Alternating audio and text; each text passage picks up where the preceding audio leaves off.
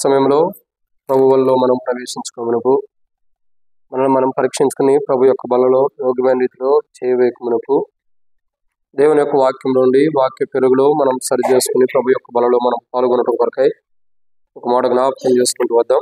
ప్రకటన గ్రంథము 4వ అధ్యాయం. ప్రకటన గ్రంథము 4వ అధ్యాయము మొదటి వచనం. ఈ సంగతులు జరిగిన తర్వాత నేను చూడగా అదిగో పరలోకమందు ఒక తలుపు తెరవబడి ఉండెను మరియు నేను మొదటి వినిన స్వరం బోరధ్వనివలె నాతో మాట్లాడగా వింటిని. ఆ మాట్లాడిన వాడు ఇక్కడికి ఎక్కి రమ్ము, ఇక మీదట జరగవలసిన వాటిని నీకు కనపరచేది నేను. ఇక్కడ దేవుని యొక్క వాక్యాన్ని చూసినట్లయితే ఇక్కడ రాయబడినటువంటి మాట ఏంటంటే, ప్రకటన గ్రంథం 4వ అధ్యాయం మొదటి వచనం సంఘము ఎత్తబడే విధానాన్ని మనం తెలియపరుస్తుంది.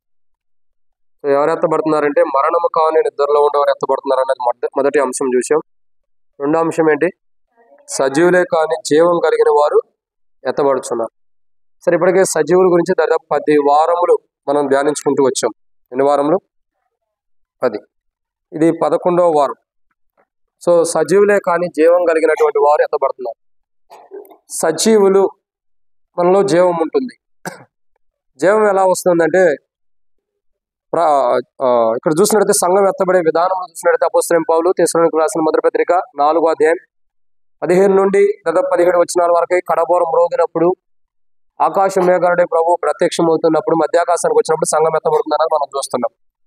సరే, సంఘం ఎత్తబడుతుంది ఎందుకంటే క్రీస్తు యేసు యొక్క జీవం కలిగిన వారు ఎత్తబడి పరలోక రాజ్యానికి ఎత్తారని మనం చూస్తున్నాం. దీంట్లో జీవం కలిగి ఉండాలంటే ఏం చేయాలా? ఒక మనిషిలో సజీవుడే కానీ జీవం కలిగి ఉండాలంటే ఏం కావాలి? రండి, సామెతల గ్రంథము 12వ అధ్యాయం 8వ వచనం 28. సామెతల గ్రంథం 12వ అధ్యాయం 28వ వచనం. నీతి మార్గమునందు జీవం కలదు, దాని త్రోవల్లో మరణమే లేదు. అంటే అర్థం ఏంటంటే నీతి మార్గంలో ఎవరైతే నడుస్తున్నారో వారిలో జీవం ఉంటుంది, వారికి మరణమే లేదు. అంటే మన జీవితంలో సజీవమై ఉండి క్రీస్తు యేసు యొక్క జీవం మనలో ఉండాలంటే నీతి మార్గంలో నడవాలి. నీతి మార్గంలో నడిచినప్పుడు మరణమే లేదు మనకి. సో దేవుడే, ఆయనే నీతి మార్గంలో ఆయనే మనల్ని, ఆయన ద్వారా మనల్ని నడిపిస్తూ వచ్చాడు. కారణం ఏంటి? మొట్టమొదటిగా ఆ నీతి మార్గంలో ఆయన ద్వారా మనం నడిపించబడటానికి కారణం ఏంటి? మొట్టమొదటి కారణం ఆయన నూనెతో మన తల అంటే ఉన్నాడు. అంటే క్రీస్తు యేసు రక్తం ద్వారా మన తలలు అంటే మనలో ఉన్న ప్రతి పాపాన్ని కడిగాడు. కాబట్టి నీతి మార్గంలో ఆయన ద్వారా మనం నడిపించబడుతున్నాం. రెండో కారణం తన నామం బట్టి, అంటే ఆ నామం ఎలాంటిదని మనం చూస్తూ వచ్చాం. మూడో కారణం ఆయన మనకు తోడై ఉండటం. నాలుగవది ఆయన మనకు కాపురకుంటాం. ఐదవదిగా ఆయన ఆదరిస్తారు. ఆరవదిగా శాంతికరమైన జలముతో నడిపించడం. ఏడవదిగా ఆయన సమృద్ధైన ఆత్మీయ జీవితము మనకు సమృద్ధి, అంటే గిన్నె నిండి పొర్లిపోయేంత సమృద్ధైన ఆత్మీయ జీవితం ఆయన ఇవ్వటం ద్వారా, విశ్వాస జీవితం, క్రైస్తవ జీవితం ఇవ్వటం ద్వారా నీతి మార్గంలో యేసు ప్రభువుని బట్టి మనకి ఇవ్వబడింది. కాబట్టి నీతి మార్గంలో దేవుని కృపను బట్టి మనం ఆయన ద్వారా నీతి మార్గంలో నడిపించబడటానికి కారణం ఇవి. నీతి మార్గంలో మనం నడిపించబడటానికి 700 అనుభవం క్రీస్తు ద్వారా మనకి ఇవ్వబడింది. కాబట్టి దేవుని కృపను బట్టి మనం నీతి మార్గంలో దేవుని ద్వారా నడిపించబడతాం. ఇప్పుడు చూసేటటువంటి మాట ఏంటంటే ఆయన మార్గంలో, ఒక మాటలో చెప్పాలంటే ఆయన మార్గంలో నడిచి చివరికి దారుణంగా నష్టపోయిన వారు కొంతమంది ఉంటారు. ఇది గుర్తుపెట్టుకోండి. ఆయన మార్గాల్లో నడిచారు కానీ చివరికి నష్టపోయారు. మరలా చదువుతుంది వినండి, బైబిల్లో చదువుతుంది, బైబిల్లో రాయబడుతూ వచ్చింది, చెవి గలవారు ఆత్మ చెప్పుచున్న మాట వినును గాక. ఆమె అనాలో వద్దు, ఇప్పుడు చూసుకోండి. మీరు చెప్పే మాట ఏంటంటే ఆయన మార్గమును నడిచి చివరికి దారుణంగా నష్టపోయారు. ఇప్పుడు చెప్పండి, ఏం చెప్పాలా? నష్టపోయారు కాదు, ఆమెనని చెప్పాలి. అవును, అది జరుగును గాక, అది జరిగిన గాక. ఎందుకు చదువుతున్నా అంటే మనం ఆమెనని చెప్పాలంటే దాన్ని ముంగట ఏం జరుగుతుందో ఆలోచించాలి, టక్కన ఆమెను అనొద్దు. కానీ ఇక్కడ బైబిల్ చదువుతున్నటువంటి మాట ఏంటో తెలుసా? ఆయన మార్గంలో నడిచి చివరికి దారుణంగా నష్టపోయిన వారు కొంతమంది ఉంటారు. చాలా దారుణంగా నష్టపోయారు. అందుకే ప్రసంగి గ్రంథంలో ఒక మాట రాయబడుతూ వచ్చింది, కార్య ఆరంభం కంటే కార్య అంతము మేలు, ఒకరి జనన దినము కంటే మరణమే మేలు, సుగంధ ద్రవ్యముల కంటే. ఎప్పుడు గుర్తుంటాయి. పోయిన వారం ఏ వాక్యం చెప్పి గుర్తుండవు. మనకి ఏది మంచి అదే గుర్తుండుద్ది. మనల్ని హెచ్చరించే వాక్యం మనకు అసలే గుర్తుండదు. ఎందుకంటే హెచ్చరించింది కదా. మన జీవితం సరి చేస్తుంది కాబట్టి అది మనకి ఇష్టం ఉండదు, కానీ ఇష్టం కలిగి ఉండాల్సిందే. సో దేవుని యొక్క వాక్యాన్ని మనం జాగ్రత్తగా గమనించినట్టయితే ఈరోజు ఒక మాట మనం చూస్తున్నాం. 7 రాజులు, ఎంతమంది? 7 రాజులు 7 అంతల అనుభవంలో దేవుళ్ళు మంచిగా నడిచారు. చివరగా వారికి పరవశిని పాడపడాల్సి వచ్చింది. ఆ 7 రాజులు ఎవరు, వారు ఎలా జీవించారు, చివరికి వాళ్ళు తీసుకున్న నష్టం ఏంటి? ఇటు విషయాలు మనం కొన్ని ధ్యానించే మునుపు ప్రభు నడిపింపు కొరకు చిన్న ప్రార్థన. మమ్మల్ని మిక్కిలి ఎక్కువగా ప్రేమించిన ప్రియ పరలోకపు తండ్రి, పరిశుద్ధుడు అయిన దేవా, మీకు స్తోత్రములు. మీరు ఇచ్చిన కృపకై మీకు వందనాలు తండ్రి. మీ నమ్మకత్వము, మీ యథార్థతను బట్టి మీకు స్తోత్రాలు. గొప్ప దేవుడుగా, నమ్మకమైన దేవుడుగా మీరు ఉంటున్నందుకే మీకు స్తోత్రాలు తండ్రి. ఈ సమయంలో ప్రభా, నీ ప్రజలైన వారు, నీ బిడ్డల ద్వారా ప్రభా మీరు గణపరచబడినందుకే స్తోత్రాలు. సమయంలో తండ్రి, ప్రభు యొక్క బలలో ప్రవేశించుకు మునుపు మా ప్రభు తండ్రి కలువరిశిలో మా కొరకే ప్రాణం పెట్టి చనిపోయి తిరిగి లేచిన ఆయన జీవంతో కూడిన శరీరంలో మేము ప్రవేశించక మునుపు ప్రభా, మా జీవితాలు మేము పరీక్షించుకోవడం కొరకై, వాక్య వెలుగులో సరి చేసుకోవడం కొరకై, బైబిల్లో రాయబడినట్టు మా పితరులు ఎలా ఉండారో వారిలో మంచి మేము ఎత్తుక్కోవాలా, వారిలో ఉండే చెడు వైపు మేము వెళ్ళకోకుండా ఉండటం కొరకై మీరు మాకు వారి జీవితాలంతా కూడా లిఖితపూర్వకంగా పరిశుద్ధాత్మ ద్వారా రాపించి పెట్టారు. రాయబడినటువంటి మాటలు ధ్యానించుకుంటుండగా మా జీవితాలు ప్రభావ మంచి వైపు వెళ్తూ చెడు వైపు వెళ్ళకోకుండా మీకు మహిమకరంగా ఉండినట్టు సాయించండి తండ్రి. శత్రు దుష్టుడు కార్యాలను లయపరచండి. మాకు కూడా మెండొప్పి దుష్టుడు తీసుకొచ్చే ప్రతి శత్రు కార్యాలను లయపరచండి. ఈరోజు వాక్యంతో శత్రు సిగ్గుకరంగా మీకు మహిమకరంగా జరిగించమని మాతో మాట్లాడమని ప్రార్థన చేస్తుంది. వాక్య వెలుగులో మమ్మల్ని సరిచేయమని, వాక్యానుసారంగా జీవించే వారికి వాక్య వెలుగులో మేము ఉండామనేదో, లేకపోతే బలలో పాల్గొనక మునుపు సరి చేసుకోవడానికి ఉంటే మరి అన్నాడు తప్పిపోకుండా జీవితం సరి చేసుకుని బలలో పాల్గొంటా సహాయం చేయమని వచ్చిన ప్రజలందరూ బట్టి స్తోత్రాలు.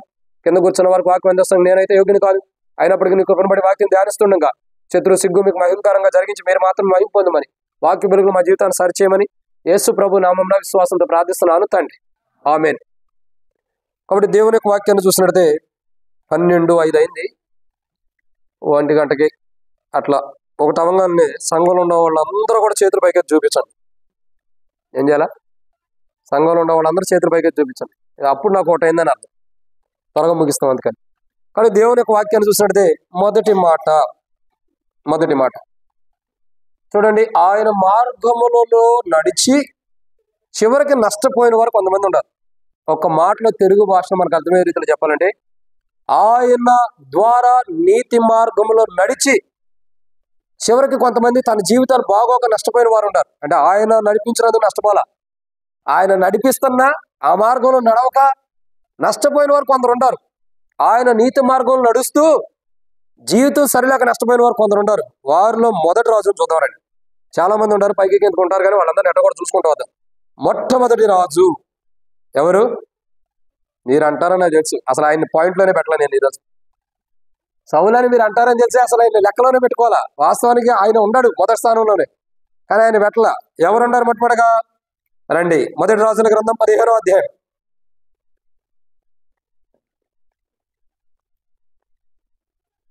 క్షమించండి, 2వ రాజుల గ్రంథం 15వ అధ్యాయం 3వ వచనం, 5వ వచనం, 15వ వచనం. 2వ రాజుల గ్రంథం 15వ అధ్యాయం 3వ వచనం, తర్వాత 5వ వచనం.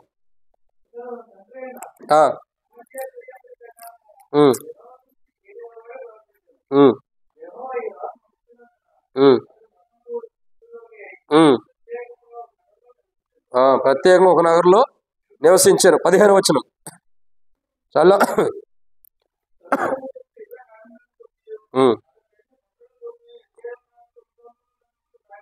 చాలా. కాబట్టి ఇక్కడ మనం తర్వాత చూద్దాం. దీంట్లో రాయబడిన మాట 7వ వచనంలో కూడా ఉంది. అజర్యా తన పితరులతో కూడా నిద్రించి దావీదుపురంలో తన పితరుల సమాధి అందు పాతి పెట్టబడగా అతని కుమారుడైన యోతాము అతనికి మారుగా రాజాయను. కాబట్టి ఇక్కడ మనం చూస్తున్నటువంటి మాట, మొట్టమొదటి రాజు ఎవరంటే, చాలా మంది ఉంటారు మొదటి నుంచి చూస్తే, కానీ మనం చూసే దాంట్లో మొదటి రాజు ఎవరు? అజర్యా. ఎవరు? అజర్యా. ఈ అజర్యా యొక్క జీవితాన్ని మనం జాగ్రత్తగా గమనించినట్లయితే ఇతడు ఎలా ఉన్నాడు అని మనం చూస్తున్నట్లయితే, మొట్టమొదటిగా 2వ వచనంలో అతడు 14 ఏళ్ళు వాడై ఏలను ఆరంభించాను. యెరూషలేము నందు 82 సంవత్సరాలు రాజుగా ఏలాడు. అంటే 14వ ఏట రాజుగా ఆరంభించాడు. 82 సంవత్సరాలు రాజుగా లేడు. అంటే అతనికి ఎన్ని సంవత్సరాలు? 82 సంవత్సరాలు రాజుగా లేడన్నా. 66 సంవత్సరాలు ఎలా ఉంటాయి? 82 + 14, 82 + 14 ఎంత? లెక్కల మాస్టర్ ఉన్నాడా? వేసేస్తున్నాడు అమ్మటే. ఎన్ని? 96 సంవత్సరాలు. తెలుగు చాలు లెక్క, నాకు ఇంగ్లీష్ రాదు. కాబట్టి 96 సంవత్సరాలు జీవించాడు. రాజు కాదు, జీవించాడు. 82 సంవత్సరాలు రాజుగా చేశాడు. కానీ ఆయన చరిత్ర చూసి ఎట్లా ఉందో, ఎలా ఉంది? దేవుని దృష్టికి ఎలా ఉన్నాడు? 3వ వచనం చివరిలో అమధ్య చూడండి, ఇక్కడ కొన్ని విషయాలు మాట్లాడుతూ వస్తున్నట్లయితే చూడండి. అజర్యా ఏలను ఆరంభించినప్పుడు 14 ఏళ్ళు వాడే ఏం చేశాడు? ఏం చేస్తూ వచ్చాడు? అతడు తన తండ్రి అమధ్య చర్యలు అంతటి ప్రకారము యెహోవా దృష్టికి నీతిగా ప్రవర్తించాడు. ఏం చేస్తూ వచ్చాడు? నీతి మార్గంలో ఉన్నాడు. ఎప్పుడు ఉన్నాడు?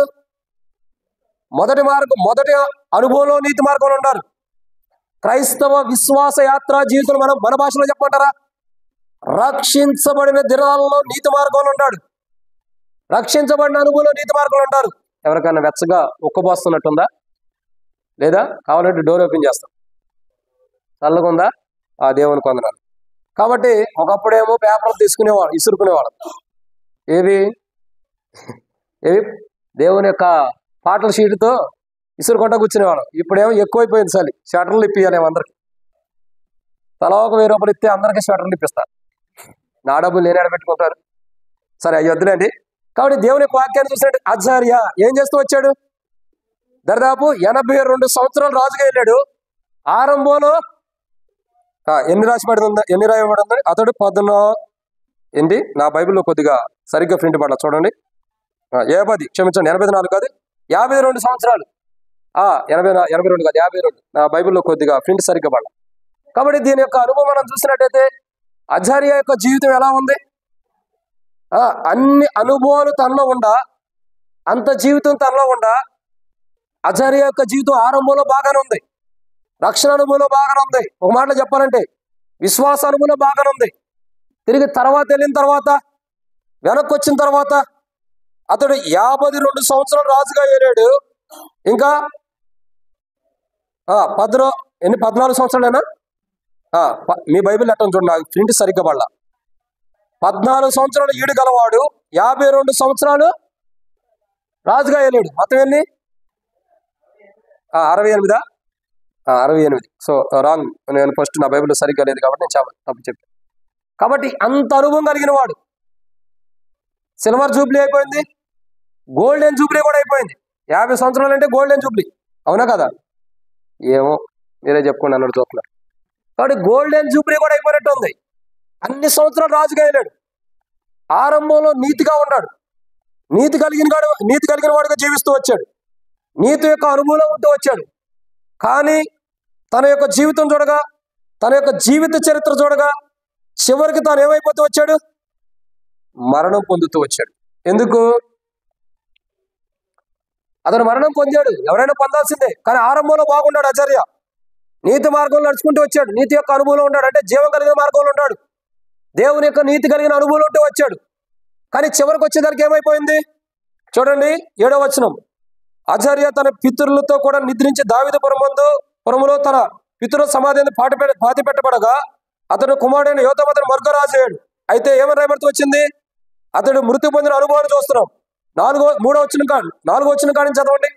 ఉన్నత స్థలములో మాత్రం కొట్టివేయలేదు, ఉన్నత స్థలం యందు జనులు ఇంకరు బలు అర్పించు దూపం వేచుండిరి. యెహోవా ఈ రాజును మొత్తినందున అతడు మరణమగు వరకు కుష్ఠిరోగి అయి ఎలా ఉన్నాడండి? కారణం ఏంటి? నీతి మార్గంలో నడిచేవాడిని దేవుడు ఎందుకు శిక్షిస్తాడు? అజర్యా ఏం చేస్తున్నాడు? 3వ వచనంలో యెహోవా దృష్టికి నీతి ప్రవర్తన, అంటే నీతి మార్గంలో నడిచాడు. మరి దేవుడు ఎందుకు శిక్షిస్తున్నాడు?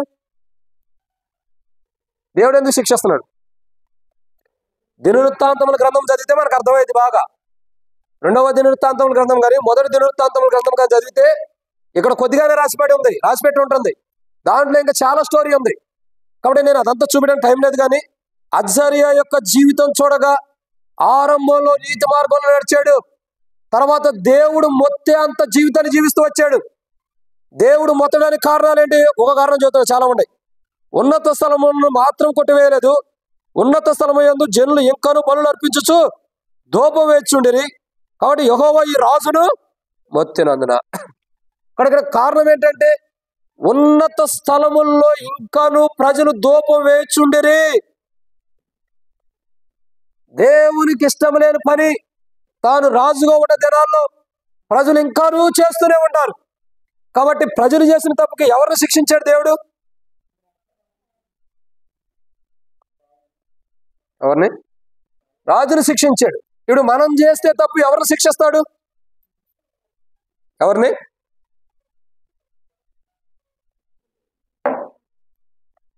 ప్రజలు అజర్య రాజు రాజ్యంలో ఉన్నప్పుడు, రాజుగా ఉన్నప్పుడు ప్రజలు ఇంకలు ఉన్నత స్థలంలో ధూపం వేయటం మానలా.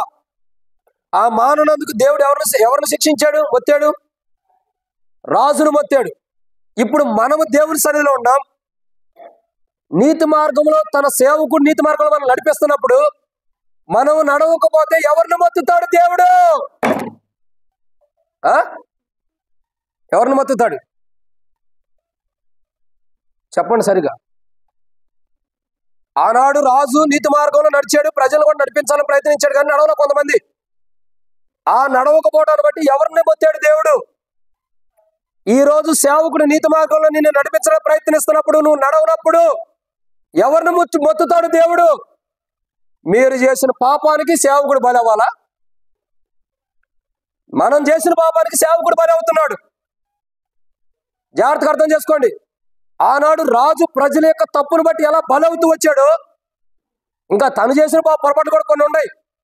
ఈరోజు దేవుని ప్రజలైన వారికి దేవుని రాకడ సమీపిస్తుంది, దేవుని రాజ్యం సమీపిస్తుంది. మారు మనసు పొందండి, కాలం సంపూర్ణమై ఉన్నది, సిద్ధపడండి. సంఘముగా మనం ఎత్తబడే దినాలు ఇవి. సంఘంగా మనం ఎత్తబడబోతున్నాం. ఓ రోజు మధ్యాకాశానికి వెళ్ళబోతున్నాం, ప్రభు ద్వారా బహుమానం పొందబోతున్నాం. సిద్ధపడండి, సిద్ధపడండి, సిద్ధపడండి అని గత 2 సంవత్సరాల నుంచి మొత్తుకుంటుంటే, నిజంగా దేవుని రాజ్యం కొరకు 2 సంవత్సరాల నుంచి చెప్పబడిన వాక్యంలో సిద్ధపడిన వారు ఎంతమంది చెప్పండి?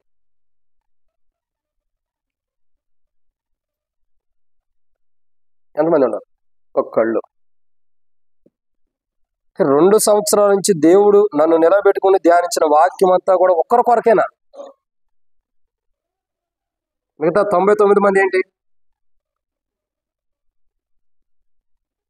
మీరు బాగానే ఉంటారు, మీరు సరైన విధానంలో నడవనందుకు శిక్ష ఎవరికి వస్తుందంటే సేవకుడికే. ఇప్పుడు నాకు అర్థమవుతుంది ఈ వాక్యం ధ్యానిస్తుంటే నాకు ఎందుకు అనారోగ్యం ఉంటున్నాయి అని, ఎందుకు అనారోగ్యాలు బలహీనతలు ఉంటాయి అన్నది ఇప్పుడు అర్థమవుతుంది. చాలా మంది ప్రార్థన చేస్తారు, ట్రాన్స్ఫర్ అవుతున్నాం అనగానే, అన్న అయ్యో నువ్వు ట్రాన్స్ఫర్ అవ్వకూడదు అని ఏడ్చేలా ప్రార్థన చేస్తున్నారు. మీరు ఏడ్చి ప్రార్థన చేసినా ఒకవేళ దేవుడు మీ ప్రార్థన ట్రాన్స్ఫర్ ఆపిన ఉపయోగం ఏంటి? మీరు జీవితం మార్చుకున్నప్పుడు, బల్ల దగ్గరికి మార్పు చెందిన జీవితం లేనప్పుడు, మారుమోసు పొందకుండా బల్ల దగ్గరికి వచ్చినప్పుడు, మీరు మారినందుకు మీ మధ్యలో ఉంటున్న సేవకుడికి మీరు చేసే పొరపాట్లను బట్టి, జీవితం మార్చుకోకపోవటాన్ని బట్టి దేవుడు మొత్తుతున్నాడు. మీరు బాగానే ఉంటున్నారు. ఎవరు బాగుంటారు? బలులు అర్పించిన ప్రజలు బాగానే ఉన్నారు, ధూపం వేస్తున్న ప్రజలు బాగానే ఉన్నారు. అజర్య మొత్తబడుతున్నాడు. అతడు మొత్తబడి ఏమయ్యాడండి? మరణమగునంత వరకు కుష్ఠరోగానే. ఇక ఊరిని విడిచిపెట్టి, ఆ ప్రాంతాన్ని విడిచిపెట్టి, ఒక ప్రక్క ఎక్కడో ఒక మూలకెళ్ళి ఒక్కడే నివసించాల్సి వచ్చింది. ఆ ప్రజల్ని విడిచిపెట్టి వెళ్ళాల్సి వచ్చింది. అంత దారుణమైన అనారోగ్యం, అంత దారుణమైన జీవితం రాజుకు రావడానికి కారణం ఏంటి? తనలో బలహీనతలు ఉండే కాదని నేను అంటున్నా. ప్రజలు ఉన్నత స్థలములను, అతడు ఉన్నత స్థలము కొట్టివేయలేదు, అదే అతను తప్పు అయితే ఉన్నత స్థలం యందు జనులు బలులు అర్పిస్తున్నారు. ఇది ప్రజల తప్పు.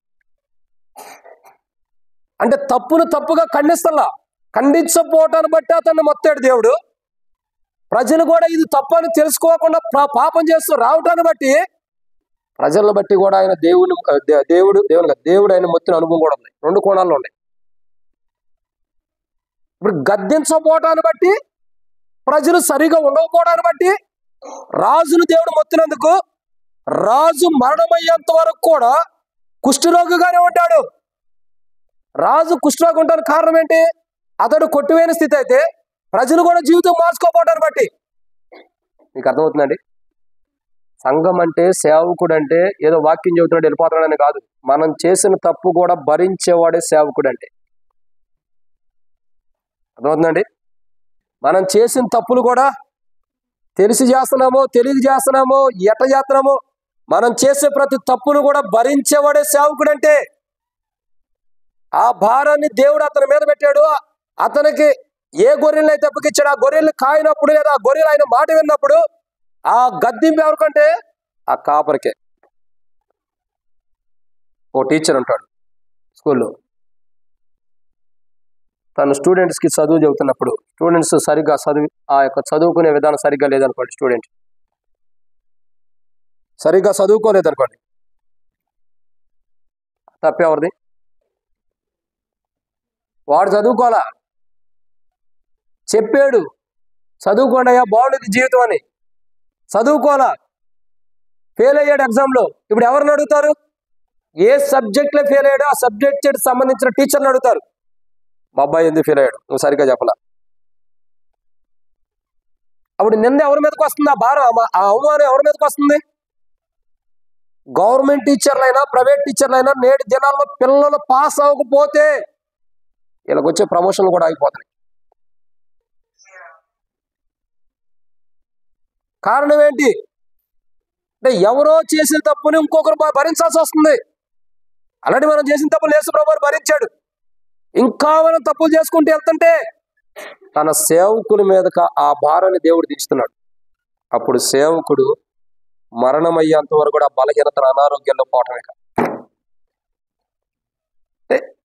మీరు చేసిన తప్పులను బట్టి, చెప్పిన మాట వినకపోవటాన్ని బట్టి, జీవితం మార్చుకోకపోవటాన్ని బట్టి, యథాస్థితిలో మనలో పాల్గొంటాన్ని బట్టి, నువ్వు చేసిన తప్పును బట్టి ఆ తప్పు నీ కాపరి నీ సేవకుడి మీద వేస్తున్నాడు దేవుడు. ఈ సేవకుడు ఏం చేయాలా? మరణం అయ్యేంత వరకు కూడా ఈ రోగం భరిస్తూనే వెళ్ళాలి. ఏం చేయాలా? మరణం అయ్యేంత వరకు కూడా ఈ రోగాన్ని భరించాలి. ఎప్పుడన్నా ఊహించావా? నేను చేసిన పొరపాటు నేను అవిధేయతతో సరి చేసుకోకుండా బలలో పాల్గొన్నందుకు నా తప్పును బట్టి నా సేవకుడికి శిక్ష వస్తుంది, అనారోగ్యానికి, నా సేవకుడికి అనారోగ్యం రావడానికి కారణం నేనే ఏ రోజన్నా ఊహించావా? అసలు మనం సరి చేసుకోవడానికే మనకు టైం లేదు. ఇంక ఇవన్నీ ఎప్పుడు ఊహించగలుగుతాం? తప్పు నువ్వు చేస్తున్న తప్పు, నువ్వైనా నేను చేస్తున్న తప్పే సరి చేసుకోవాలి. లేకపోతే మనం చేసిన తప్పులు మన సేవకుని మీదకి అనారోగ్యాన్ని తీసుకొస్తున్నాయి. ఇదే రీజన్ అజర్యా యొక్క జీవితంలో తాను ఉన్నత స్థలంలో కొట్టివేయలేదు. ప్రజలు కూడా వినుకోకుండా బలులు అర్పిస్తూ వచ్చే దూపం వేస్తూ రెండింటిని బట్టి ఇంకా చాలా ఉన్నాయి. దీన్ని బట్టి దేవుడు మొత్తాడు అజర్యాన్ని. నీతి మార్గంలో నడిచి సరిగా గద్దించపోవడాన్ని బట్టి, ప్రజలు కూడా సరిగా లేకపోవడాన్ని బట్టి, అజర్యా చేసిన తప్పును బట్టి అజర్యా మీద దేవుడు మొత్తటం ద్వారా మరణం వరకు కూడా ప్రజల దగ్గర లేకుండా ఊరు బయట ఉండి మరణం వచ్చేంత వరకు కూడా కుష్ఠరోగానే ఉన్నాడు. అసలు ఒక సేవకుడు ఎక్కడ ఉండాలా? ఓ రాజు ఎక్కడ ఉండాలి చెప్పండి?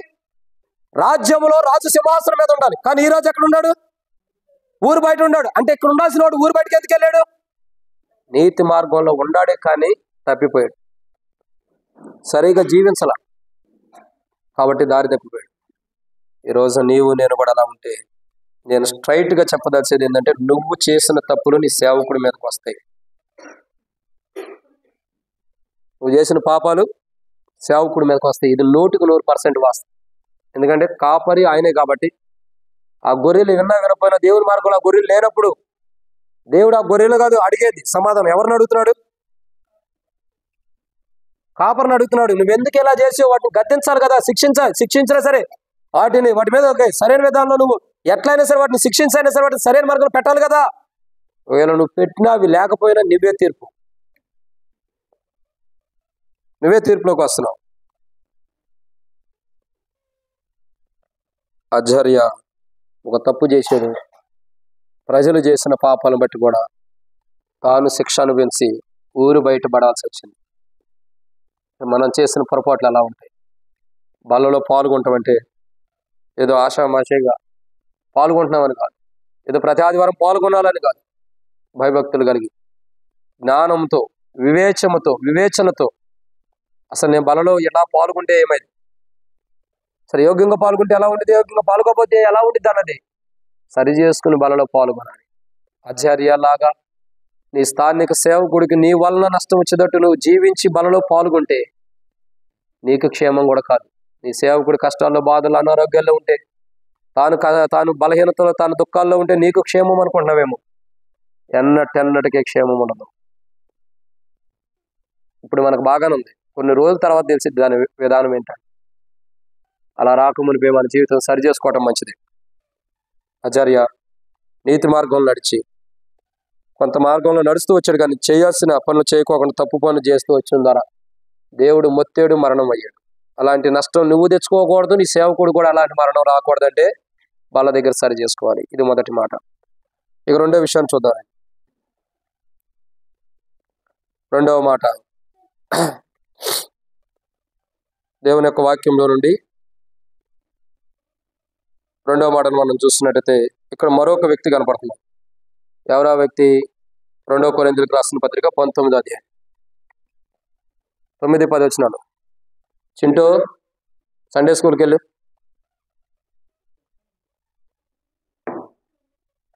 2వ దినవృత్తాంతముల గ్రంథము 19వ అధ్యాయం 2వ దినవృత్తాంతముల గ్రంథం 19వ అధ్యాయం 2-3 వచనాలు.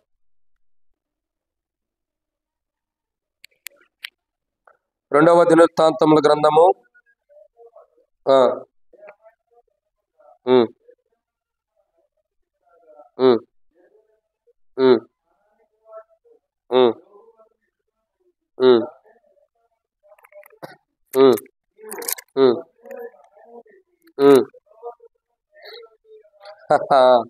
చదవండి.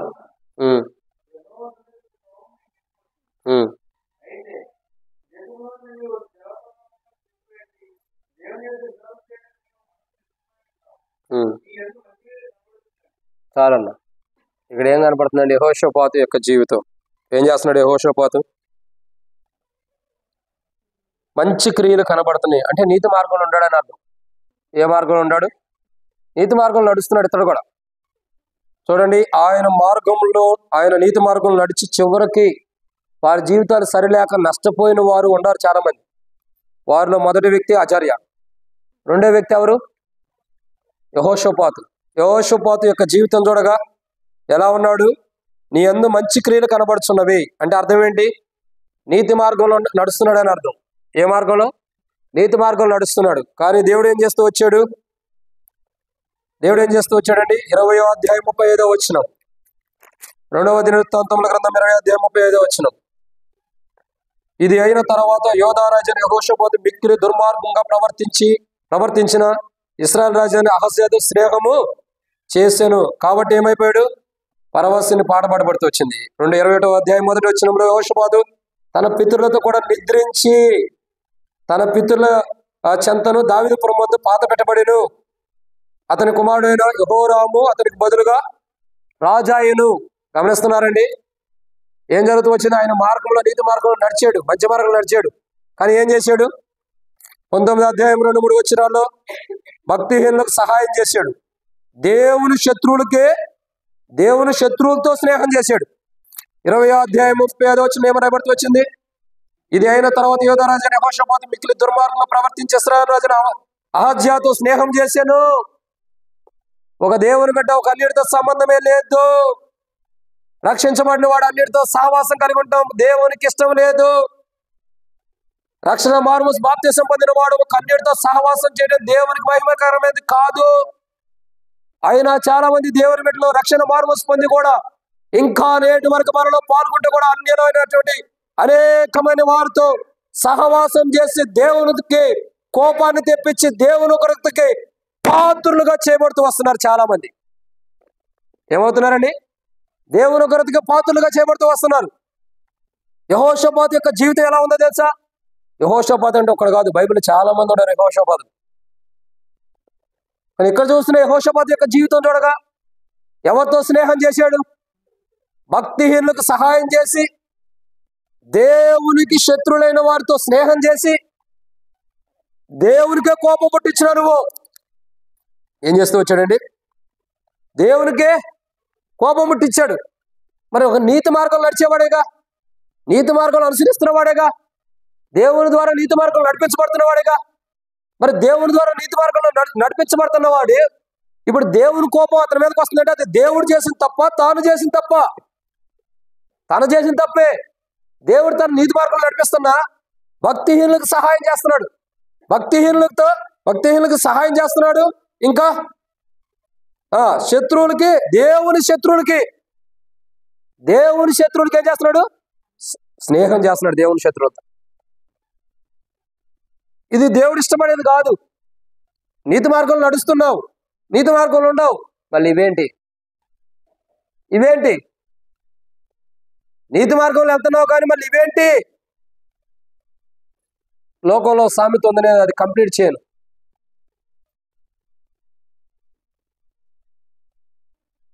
ప్రజలందరూ అసలు ఆ సామెత చెప్పడానికి నాకు ఇష్టం లేదు, మనకు అసహ్యమైన సామెత. ప్రజలు చేసే పనులన్నీ చేస్తున్నారు దేవుళ్ళు, మళ్ళీ దేవుని మందిరం బయట వెళ్ళిన తర్వాత అక్కడ కూడా చేయాల్సిన పనులన్నీ చేస్తున్నారు. అంటే సరైన మార్గం లేదు. ఈరోజు ఎంతకాలం అని ఈ జీవితాన్ని జీవిస్తాయి? ముగింపు లేదా? అంతం లేదా ఈ జీవితానికి? చూడండి, లూకా సువార్త 4వ అధ్యాయం 13వ వచనంలో సాతానుడు యేసు ప్రభువును శోధించి అన్ని శోధనలు ముగించి వెళ్ళిపోయాడంట. సాతానుడే తన శోధనలు శోధించే విషయాలు ముగించినప్పుడు మనం ఎందుకని ఆ పనులు ముగించలేకపోతున్నాం? ఎందుకని మా జీవితం ముగింపు రావట్లేదు? ఎంతకాలం అని అదే జీవితాన్ని జీవిస్తాం? భక్తిహీనత అసలు నీకు సహవాసం ఎందుకు? నువ్వు దేవుని బిడ్డవి, ఆయన స్వరక్తం ఇచ్చి నిన్ను కొనుక్కున్నాడు. మాట చెప్పమంటావా? నీ నాసికారంధ్రముల్లో జీవవాయువు ఉందంటే తన జీవాన్ని కోల్పోయాడు. అది ఏం చేశాడు? తన జీవాన్ని కోల్పోయాడు కాబట్టి నీ నాసికారంధ్రములో ఇంకా జీవాత్మ కలిగి మనం జీవిస్తున్నాం. నువ్వు సజీవుడు ఉన్నావంటే నీ ఆస్తో, నీ డబ్బు, నీ ఘనతో, నీ పేరు, నీ విశ్వాస జీవితం కాదు. ఆయన కృపను బట్టి, ఆయన ప్రేమను బట్టి, ఆయన వాత్సల్యతను బట్టి మనలో ఇంకా మన యొక్క దేహంలో జీవాత్మ కలిగి మనం జీవిస్తున్నాం. అది మన గొప్పతనం కాదు. మరి ఎంతగా దేవుడు మన ఎలా గొప్ప కార్యం చేస్తుంటే మనం ఎందుకని మార్చుకోలేకపోతున్నాం, ముగించుకోలేకపోతున్నాం మన జీవితాన్ని? ఎంతకాలం అని నువ్వు భక్తిహీనతో సహవాసం చేసి దేవుని కోపాన్ని తెప్పిస్తావు? ఎంతకాలం దేవునికి శత్రువులైనటువంటి వారితో సహవాసం చేసి దేవుని కోపాన్ని తెప్పిస్తున్నావు? ఇప్పుడు గుర్తుపెట్టుకో రే సహోదరుడు, సహోదరి, నీ మీదకు దేవుని కోపం ఉంది కానీ ఎందుకు రావట్లేదు తెలుసా? యేసు ప్రభువారు సిలువలో కార్చిన రక్తాన్ని బట్టి, ఆయన సిలువ కార్యమును బట్టి ఇంకా దేవుడు ఓపికతో ఉన్నాడు. ఎందుకంటే యేసు ప్రభువారు అడ్డగిస్తున్నాడు, అయ్యా వద్దు, నీ కోపం వారి మీదకి వస్తే సదోమ గుమర పట్టణాలు ఎలా నాశనం అయినాయి అలా అవుతారు, అలా అయిపోతారు. వద్దు, వాళ్ళ జీవితం అలా అవటం నాకు ఇష్టం లేదు అని నీ కొరకు భక్తిహీనతో సహవాసం చేసే మనం, దేవుని శత్రువులతో సహవాసం చేసి స్నేహం చేసే మన కొరకు, భక్తిహీనులకి సహాయం చేసే మన కొరకు యేసు ప్రభువారు కలువరిశిలో ప్రాణం పెట్టేదే కాకుండా ఇంకా విజ్ఞాపన చేస్తున్నాడంట ఆయన. రండి యెషయా గ్రంథం, మనకు వాక్యం చూపిస్తేనే మనం నమ్ముతాం, తోమలాగా నమ్ము. యెషయా గ్రంథం 53వ అధ్యాయం.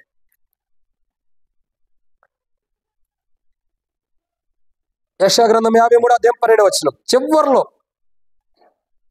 అతిక్రమము చేయువారిలో ఎంచబడిన వాడైనను అనేకుల పాపమును భరించుచు తిరుగుబాటు చేసేవారి గురించి, అది ఇంకా అర్థమవుతుందా? ఇంకా తెలుగు భాషలో చెప్పమంటారా? సిలువలు అంటాడు కదా, నా తండ్రి నా తండ్రి వీరేమి చేస్తున్నారో వీరెరుగురు కనుక వీరిని క్షమించమని విజ్ఞాపన చేస్తున్నాడు, బతిమలాడుతున్నాడు దేవుని దగ్గర. అయ్యా, వాళ్ళు నీతి మార్గంలో నడిచేవారు భక్తిహీనులకి సహాయం చేసి దేవుని శత్రువులతో సహవాసం చేస్తున్నారు. దయచేసి తండ్రి, వాళ్ళు ఏం చేస్తున్నారో వాళ్ళకి తెలియదు, క్షమించు ప్రభువా. ఆ సహోదరుని ఆ సహోదరిని కనికరించు ప్రభువా అని.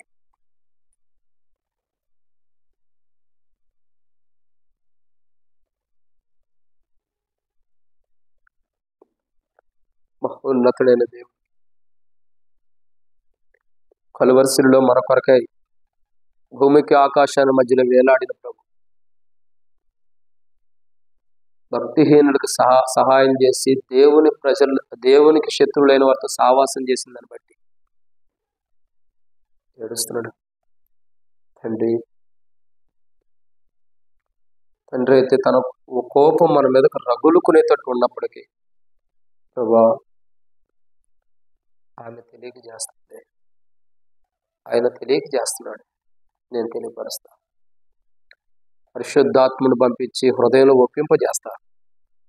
వద్దు తండ్రి, నీ కోపం వారి మీదకు తీసుకురావద్దని యేసు ప్రభువు మన కొరకే నేటికి విజ్ఞాపనం చేస్తున్నాడు. నువ్వు బ్రతికున్నావంటే, ఆరోగ్యంగా ఉన్నావంటే, పనులు కానీ జాబులు కానీ కుటుంబంగా కానీ మనం అంత సంతోషంగా బాగున్నామంటే మన గొప్పతనం కాదు. సహోదరుడా సహోదరి, మీ మీద ఉన్న ప్రేమతో హార్ట్ఫుల్గా మీకు చెబుతున్నా, నాకు ఏ ద్వేషం లేదు. ఇక్కడ ఉన్నవాడు ఎవరి మీద ద్వేషం లేదు. హృదయమార దేవుని సాక్షి చెబుతున్నా, మీరు ఖచ్చితంగా మీ నిమిత్తం ప్రభు యేసు ప్రభు మరణించిందే కాకుండా ఇంకా విజ్ఞాపనం చేస్తున్నాను. ఆ సహవాసం మానుకో, ఆ స్నేహం మానుకో, ఆ సహాయం చేసే భక్తిహీనులు సహాయం చేసే గుణం మానుకో. వద్దు, ఇది దేవునికి మహిమకరమైన ఇష్టమని కాదు. దేవుని కోపం నీ మీదకి వస్తున్నా, ఇంకనూ యేసు ప్రభువారు ఏడుస్తూ కన్నీరు పెట్టుకుని విజ్ఞాపన చేస్తున్నా, నా తండ్రి, నా తండ్రి, నా తండ్రి. వారి మీదకి నీ కోపం వద్దు, ఓర్చుకయ్యా, కనికరించయ్యా. కన్నీరు గారుస్తున్నా. ఈరోజు నువ్వు బాగుండొచ్చు, బాగుంటానికి కారణం ఆయన. ఇప్పటికైనా మార్చుకోకపోతే ఎవరం చేసేది ఏం లేదు. ఆయన కన్నీరు కారుస్తున్నాడు. నీ కొరకు చనిపోయిందే కాదు, ఇంకా ఆయనకి మనశ్శాంతి లేదు నీ కొరకు చనిపోయినా కానీ. ఏదన్నా మనం కార్యం ముగించామనుకోండి, ఏదన్నా కార్యం చేస్తున్నాం, ఇప్పుడు ఇల్లు కడుతున్నాం, కట్టేంతవరకు ఏం టెన్షన్ ఉండేది, ఎవడొస్తాడు, ఏం చేస్తాడు, మందిరమే కడుతున్నాం, ఎవడొస్తాడు, ఏం చేస్తాడు, ఏం అబ్జెక్షన్ పెడతాడు, కలవరం ఉంటుంది. కట్టిన తర్వాత ఎలా ఉంటుంది, ఇంకా కలవరం ఉంటుందా, మనశ్శాంతి ఉంటుంది. ఇల్లు కట్టేటప్పుడు కూడా అంతే, కట్టేటప్పుడు ఈ డబ్బులు అంత తీయాలి, అది కడతాం, ఇది కడతాం లేదని టెన్షన్ ఉంటుంది. కట్టిన తర్వాత మనశ్శాంతి ఉంటుంది. కానీ ఆయనకు మనశ్శాంతే లేకుండా చేస్తున్నాం. ఆయన చనిపోయి కలువరిశిలలో మనకు రక్షణ ఇచ్చి ఆయన ప్రశాంతంగా ఉండాలన్నా ఆయన ప్రశాంతంగా ఉండనివ్వట్లా. మనం ఇంకా ఆయన కన్నీరు కార్చేదటే చేస్తున్నాం. మనం ఇది మనకు మంచి జీవితమేనా? మనం ఇలా జీవించడం దేవునికి మహిమేనా? ఈరోజు వరకు నీకు తెలియపోవచ్చు, నా కుమారుడు, కుమార్తె, ఈరోజు మిమ్మల్ని నా కుమారులు, కుమార్తెలుగా ప్రేమించి చెబుతున్నా. ఆయన ఇంకా మన గురించి నా తండ్రి, నా తండ్రి అని కన్నీరు కార్చొద్దు. మన నిమిత్తమే అలా కన్నీరు కార్చొద్దు. విజ్ఞాపన చేస్తున్నాడు, మారుతామని. వాళ్ళ దగ్గర ఈ రోజైనా సరిగా సరి చేసుకుని మారుతామని ఆయన ఎదురు చూస్తున్నాడు. ఇప్పటికే మారిపోతే నేనైతే ఏం చేసేది లేదు, ప్రభువుకి అప్పగిచ్చేస్తాను. మన పిల్లలు మన మాట విన్నప్పుడు దేవునికి అప్పచెబుతాం, దేవా నువ్వే చూసుకోండి. ఈరోజు నేను దేవునికి అప్పగిస్తే అది వేరుగా ఉండేది మీ జీవితం. వద్దు, అంతదాకా మీరు తెచ్చుకోవద్దు. యెహోషాపాతు నీతి మార్గం, మంచి మార్గం నడిచాడు, అంతే బాగుంది, జీవితం బాగుంది. కానీ తర్వాత సరిగా లేదు. అందుకే తన మరణం అన్నది ఎంతగానో తెచ్చుకుంటున్న వాడుకున్నాడు. అలాంటి మరణం మనకుందంటే అలా దేవుని దుఃఖపెట్టకూడదు. దేవుని మరణం, దేవుని అలా దుఃఖపెట్టకూడదు, దేవుని అలా బాధపరచకూడదు. అంటే ఇప్పుడే మనం ఏం చేయాలా? జీవితం మార్చుకోవాలి. ప్రభా, యెహోషాపాతు వలె నేను సన్నిధిలో ఉండానేమో కాదు, ఉండవు అంతే. ప్రభా నన్ను క్షమించు. ఇప్పటి నుండి నేను తీర్మానం చేసుకుంటా, వాళ్ళ దగ్గర నేను నీతి కలిగి వెళ్తా, కానీ నీతి తప్పిన దాన్ని, నీతి తప్పిన వాడికి నేను నీ బలలో పాల్గొనడానికి నాకు నీతి అవసరం. ఆ నీతి కలిగిన వాడిగా పాల్గొంటాం, సహాయం చేయని ప్రార్థన చేసుకోవాలి. ఇది రెండు. మూడో విషయం, 2వ దినవృత్తాంతముల గ్రంథం 21వ అధ్యాయం. అందరూ గుర్తుంది కదా? ఒకటి అవంగాలు చేతులు ఎత్తాలి. 2వ దినవృత్తాంతముల గ్రంథం 21వ అధ్యాయం 6వ వచనం. మరొక రాజు గురించి చూద్దాం. ఆయన మార్గంలో నడిచి చివరికి ఘోరంగా నష్టపోయిన వాడు. నష్టపోవడానికి కారణాలు కూడా చూస్తున్నాం, నష్టపోయిన వాడు కూడా చూస్తున్నాం. 3వ రాజు 2వ దినవృత్తాంతముల గ్రంథం 21వ అధ్యాయం 36వ వచనం. క్షమించండి, 6వ వచనం. 2వ దినవృత్తాంతముల గ్రంథం 21వ అధ్యాయం 6వ వచనం.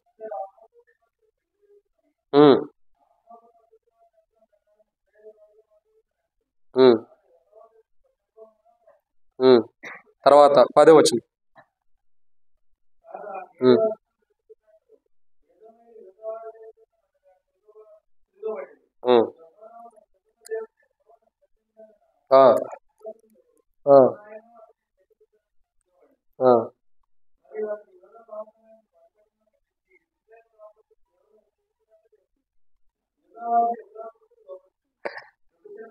చాలా చాలా ఆగండి, చాలా ఉంది స్టోరీ.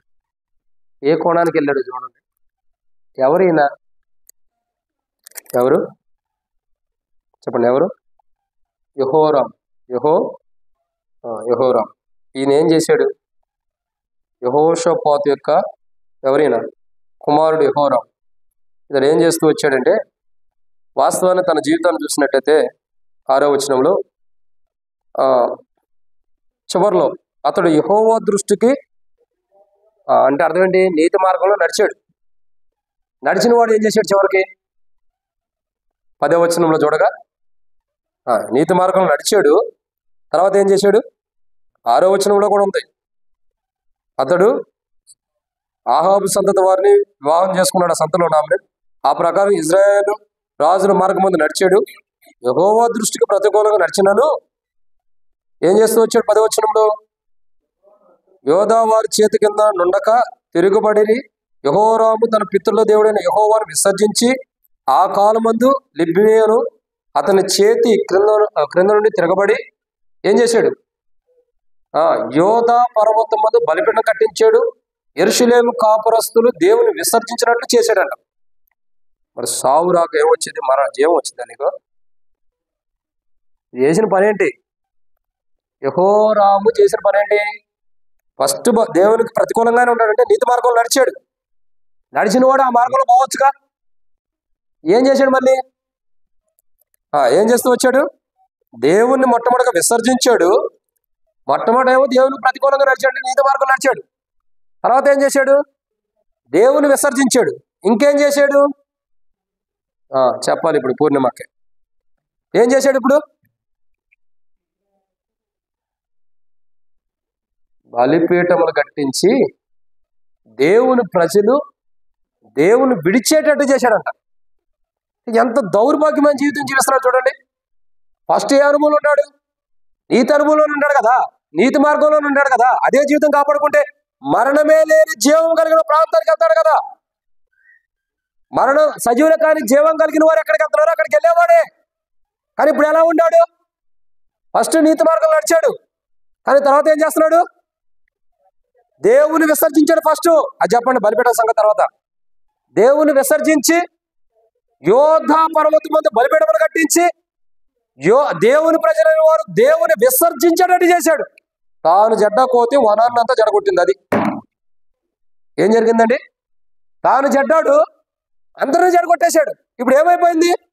యోధా ప్రజలందరూ దేవుని ప్రజలందరూ కూడా దేవుని విసర్జించి ఆ బలిపీఠం మీద ఆ పర్వతం మీద కట్టబడిన బలిపీఠంలోకి ఏం చేస్తున్నాడు?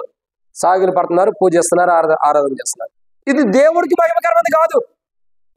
ఉంటానికేమో నీతి మార్గంలో నడిచాడు, నీతి మార్గంలో వెళ్తూ వచ్చాడు. కానీ ఇదే నేను చెప్పే మాట, కార్య ఆరంభం కంటే అంత మేలన్నది అందుకే బైబిల్ రాయబడుతూ వచ్చింది. యోధా రాజుల్లో ఒక్కడు కూడా, ఒక దావీదు రాజు తప్ప ఒక్కడంటే ఒకడు కూడా నాకు తెలిసినంత వరకే సరైన మార్గంలో నడిచినప్పుడు ఒకడు లేడు.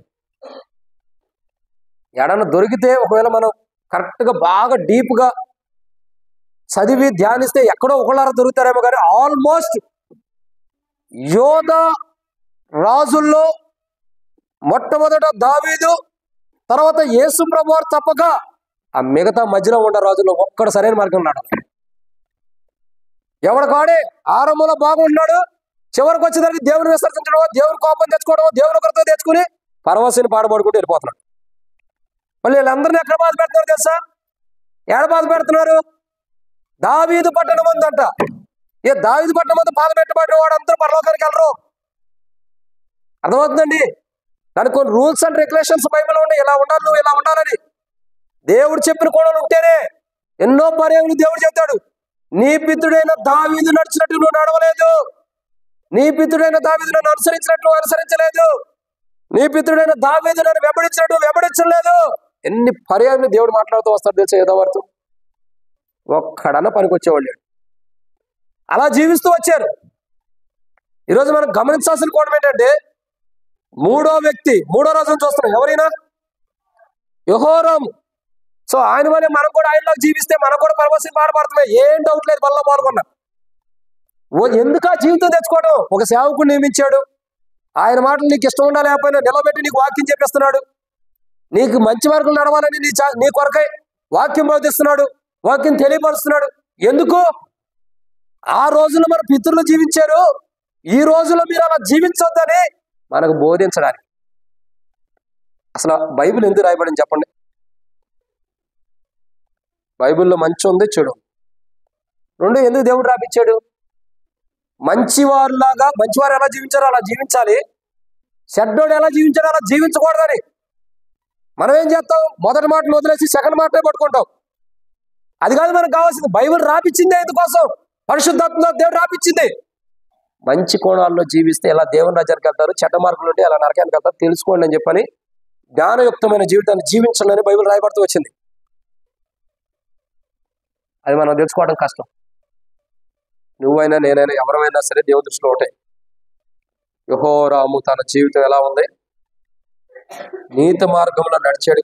నడవడం ద్వారా దేవుని దృష్టికి మంచి ప్రవర్తన కలిగిన వాడు ఉన్నాడు, ప్రతికూలంగా ఉన్నాడు. కానీ తర్వాత ఏం చేశాడు? దేవుని విసర్జించాడు. ఇంకా బలిపీఠం కట్టించాడు. దేవుని ప్రజలు దేవుని విసర్జించేటట్టు చేశాడు. ఇది మన తెలుగు భాషలో, మన క్రైస్తవ భాషలో, మన నర్సాపూర్లో ఉన్న మనకు అర్థమయ్యేటట్టు చెప్పమంటారా? అతడు మొదట క్రైస్తవ జీవితం బాగానే ఉంది, రక్షించబడిన దినాలు. తర్వాత చూడగా కొన్ని లోక భాషల్లో పడిపోయి దేవుని విసర్జించాడు. మరికొంత చూడగా దేవునికి అయిష్టకరమైన ప్రాంతాల్లో బలిపీఠాలు కట్టాడు. మరికొంత చూడగా దేవుని ప్రజలకు తప్పుదావను పట్టిస్తున్నాడు. ఇలాంటి యెహోరాముకి దేవుడు దారుణమైన మరణాన్ని తీసుకొస్తున్నాడు. అతను మరణించినది చూడగా అది దారుణముగానే ఉంది. నేను ఎందుకు ఈరోజు రాజుల గురించి దేవుడు మనకు బయలుపరుస్తున్నాడంటే, సజీవులమే కానీ జీవం కలిగి ఉండాలంటే నీతి మార్గంలో మనం చచ్చిపోయేంత వరకు కూడా నడవాలి. కానీ వీళ్ళ ఆరంభం నీతి మార్గంలో ఉంది, ముగింపు వచ్చేసేదానికి నేను మనం అలా తెచ్చుకోకూడదని దేవుడు మాట్లాడుతున్నాడు. యెహోరాము యొక్క జీవితంలో దేవుని విసర్జించాడు. ఈరోజు బల దగ్గరకు వచ్చిన మనం ఈ వారం అంతట్లో ఎన్నిసార్లు దేవుని విసర్జించాం? ఎన్నిసార్లు దేవుని విసర్జించి మనకు ఇష్టమైన జీవితాన్ని, దేవుడు మాట్లాడుతున్నా కాదని మనకు ఇష్టమైన జీవితాన్ని జీవిస్తూ వచ్చాం. ఇంకెంతకాలమని దేవుని విసర్జిస్తావు? ఇంకెంతకాలమని దేవుణ్ణి విసర్జించి నాశనం తెచ్చుకుంటూ వస్తావు? ఎంతకాలం దేవుని విసర్జించి నష్టపోతావు? ఇప్పటికే ఎంత నష్టపోయావు, ఇప్పటికే ఎంత నష్టాన్ని తెచ్చుకున్నావు ప్రియ సోదరుడు సోదరి. ఇంకెందుకు నష్టం తెచ్చుకునేది? వద్దు, ఇప్పుడు వరకు నష్టపోయింది చాలు, ఎప్పటికైనా ముగించు. దేవుడు నీకు కూడా యెహోరాము అనే మరణం తీసుకురాకుండా దేవుడు ఆపుతున్నాడు. అది నీ గొప్పతనమో, నీ ప్రార్థన జీవితమో, నీ ఆరాధన జీవితమో, నీ యొక్క విశ్వాస జీవితమో కాదు. యేసు ప్రభు వారిని బట్టి దేవుడు ఆపుతున్నాడు అంతే. ఇక్కడ మన గొప్పతనం ఏం లేదు, మన గొప్పతనం అంతా ఎలాంటిది? గాలిలో బూడిద, గాలి లాంటిది, బూడిద లాంటిది. ఇంకా అది అంత కూడా మనకు లేదులేండి. కంట్లో నలుసు కంటే కూడా దారుణమైంది మన గొప్పతనం. దాన్ని చూసుకుని విర్రవీగితే కుదరదు. యెహోరాము ఇలాగే ఉంటాడు. ఎవరికేమయ్యాడు? మరణం తెచ్చుకుంటున్నాడు. ఎందుకు ఆ జీవితం? బ్రతికినా ఎందుకు, బతకపోతే ఎందుకు? అంతే కదా. బ్రతికితే దేవుని మార్గంలో ఉండాలా, లేనప్పుడు ఇంకెందుకు? నీతి మార్గంలో బాగానే పునాది బాగానే వేయబడింది, తప్పిపోయారు, సరైన విధానం లేరు. ఈరోజు చాలా మంది సంఘాలుగా క్షమించాలి, సంఘములో, మందిరాల్లో యెహోరాము లాంటి వారు ఉన్నారు. నేను మన దగ్గర అంటలేదు సుమి, చాలా చోట్ల యెహోరాము లాంటి వాళ్ళు ఉన్నారు. విశ్వాసులు, దేవుని ప్రజలైన వారు చాలా మంది అలా ఉన్నారు. కాబట్టి వాళ్ళు దేవుని విసర్జించి దేని మీద మనసు పెట్టారు చెప్పండి? చాలా మంది మందిరాలు అధికారం తర్వాత వచ్చింది. ఫస్ట్ చాలా మంది దేవుని విసర్జించి దేని మీద మనసు పెట్టారు తెలుసా? డబ్బు మీద మనసు పెట్టారు. డబ్బు. నేను మనోళ్ళు కాదులే కానీ చాలా మంది చూస్తారు. ఇక్కడ అట్లా జరగదు, కానీ చాలా చోట్ల చూస్తూ వచ్చా. చాలా మంది డబ్బులు కౌంటింగ్ చేయడానికి వెళ్తారు, కానుకలు. కొంతమంది డబ్బులు చేసిన కానుకలు చేసిన డబ్బులు వారి దగ్గర పెడితే వాడేసుకుంటారు. ఒక ఆయన అయితే సిటీలో, నాకు తెలిసి వచ్చింది, నేను ఆశ్చర్యపోయాను. వడ్డీకి కూడా ఇచ్చాడంట దేవుడు డబ్బు. ఇక్కడేమో మనకు తినడానికే లేదు.